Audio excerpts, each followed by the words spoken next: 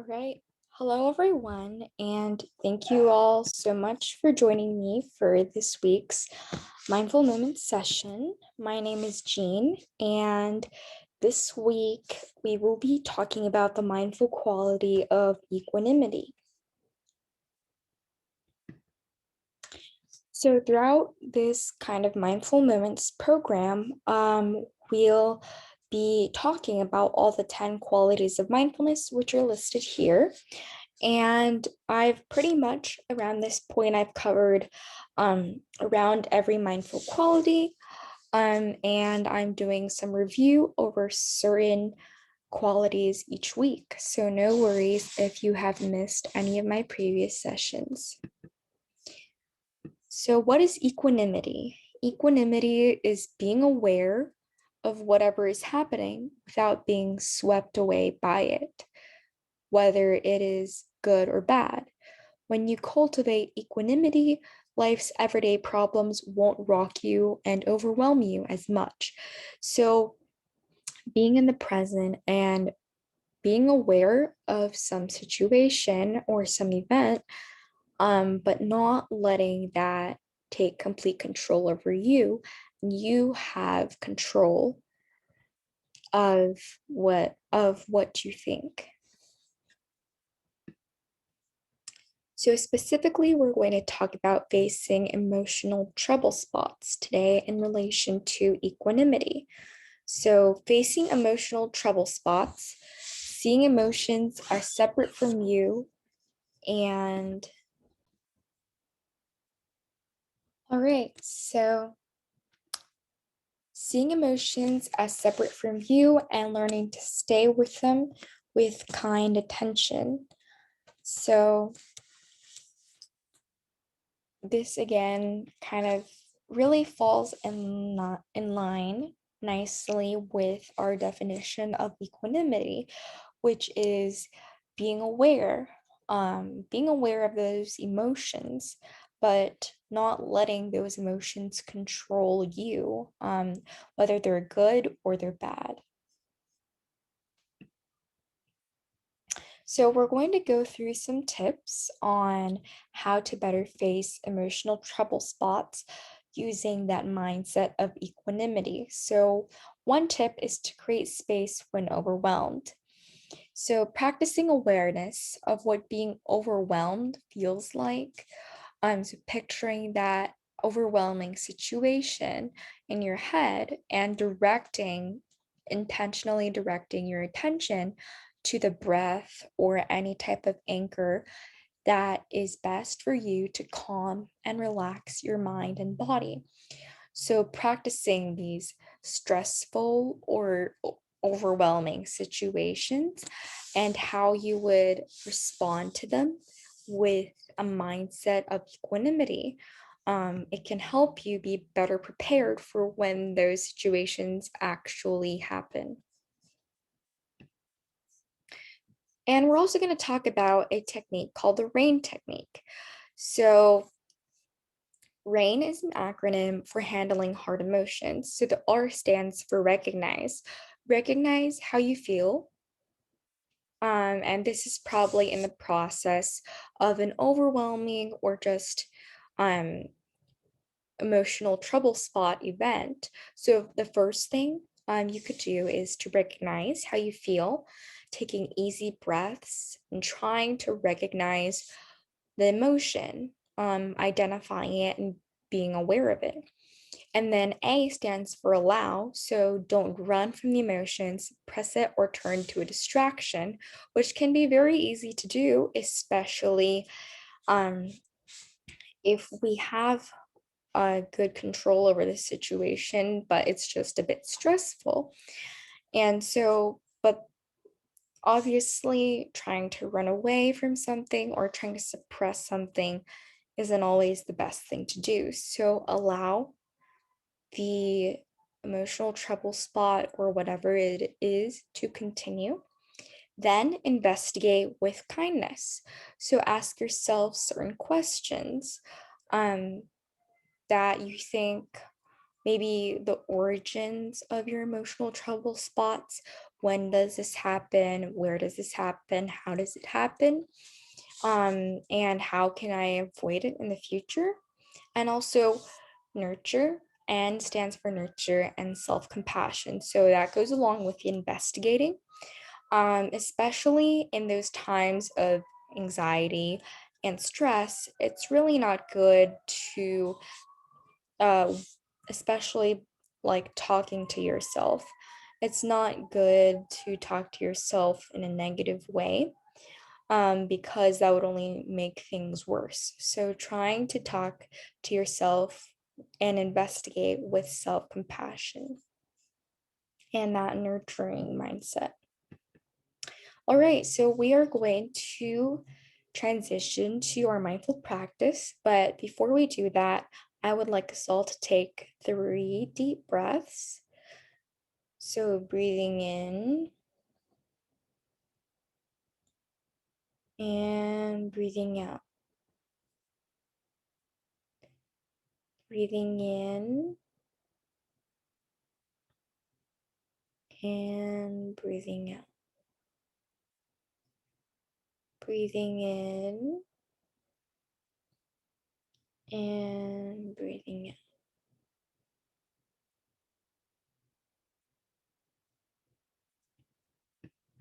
All right, enjoy.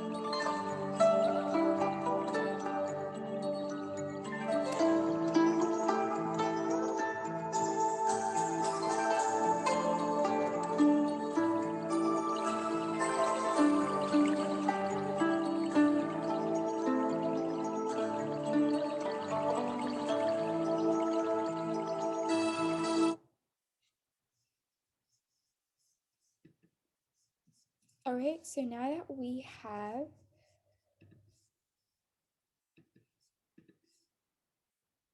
finished our mindful practice, we will transition to our discussion section. So going back to the definition of equanimity, what is equanimity and what is not? What are some additional ways we can cultivate equanimity? And what are other mindful qualities we can use to aid in reaching equanimity?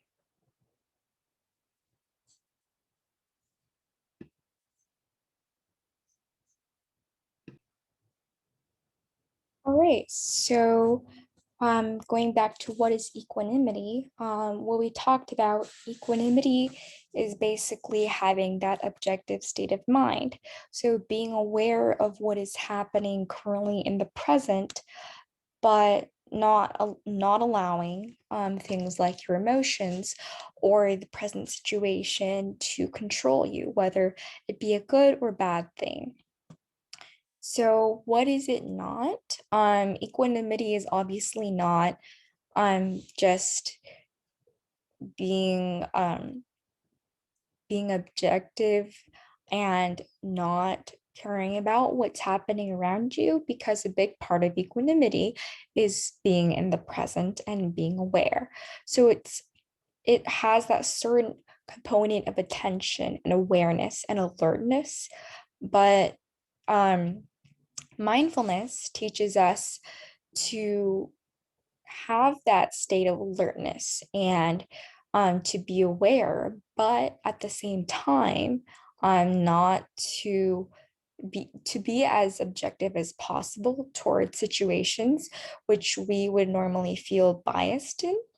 Um, so I think that's basically practicing mindfulness will help us cultivate equanimity. And that makes sense because equanimity is one of our 10 mindful qualities. So, what are some additional ways we can cultivate equanimity? I think personally for me, journaling is definitely a good way to cultivate equanimity, because when we're journaling, we talk about things that happen during our day, and that kind of makes us more aware of what is happening each day, instead of maybe just doing instead of maybe just kind of passing day by day and not really knowing what's going on around you, what your days have been like. Even though in mindfulness there is this constant state of trying to be in the present and aware, there is always um, time for reflection. So that's a really good thing to do in journaling. And with journaling, sometimes we can tell which we can identify those parts of the day where maybe we had some difficulties, and then we um, maybe we didn't have a lot of control over our emotions, control in terms of not in terms of suppressing it, but just having that term times of the day where we don't really have an objective state of mind, and then identifying those and seeing if it would be good to kind of revise it. What could we do to make our mind more objective when encountering certain situations, certain people, certain places? And what other mindful qualities can we use to aid us in reaching equanimity? So for this, I'm going to go back to our mindful quality slide here.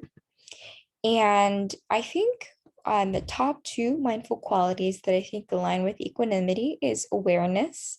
Awareness, because in equanimity, like we talked about in the definition, a big part is being aware and in the present. And of course, there's also that objectiveness involved in not letting the situation control you. Um, so in some situations, I think that acceptance would definitely be a good mindful quality to go along with equanimity, or that would help with um equanimity, trying to achieve that state. Because sometimes there are just certain situations that we don't have control over. And by accepting that, we aren't saying that we aren't taking responsibility for something. It's just for the situations which we believe that we don't have control over. Once we accept it, it would be easier for us to kind of take our minds off it, and or to gain better control over the situation. I've accepted this, and now I'll try my best to do whatever I can, but knowing that you don't have complete control over it. So those are some of my thoughts. And now we will transition to the last part of our session, where we end with a quote which relates to the mindful quality that we talked about this week, equanimity. When you learn how to suffer, you suffer much less.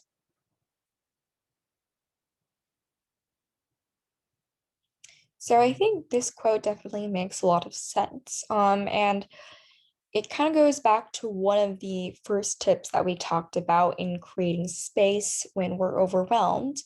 Um, like by trying to go through those overwhelming experiences, go through them in our heads, and to kind of plan out how we would react to those situations in a mindful way, which is learning how to suffer in some sort of way. When we actually encounter those situations, we actually suffer much less. So that's something to think about.